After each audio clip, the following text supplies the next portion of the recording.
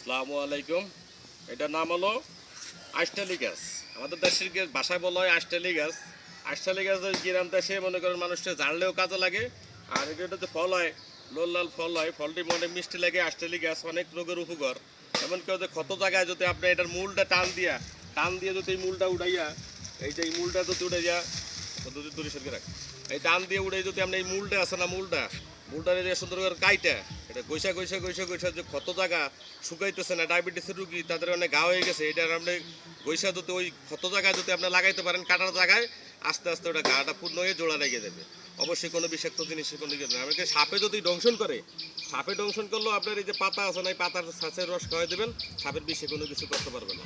এটার নাম হলো সেই কি জানেন, আমাদের দেশে কয় আষ্টালি গাছ। আষ্টালি গাছ চিনেন? এই দেশে আষ্টালি গাছ দেখছেন, এই যে বনাজি কবিরাজি বনাজি কোনো ওষুধি। এর ভিতরে আছে কি জানেন আপনার, অনেকে অনেক মনে করেন হালুয়া যে তৈরি হয়, ভিতরে আমলকি, আমার দিকে দেখা যায় আমলকি, হত্যকি, বহেরা, গখুরকানা, সোনা পাতা, একাঙ্গি জল, চড়ুই পাখি, উলাট কম্বল, তালমাখানা, এগুলা দিয়ে কিন্তু হালুয়া হয়।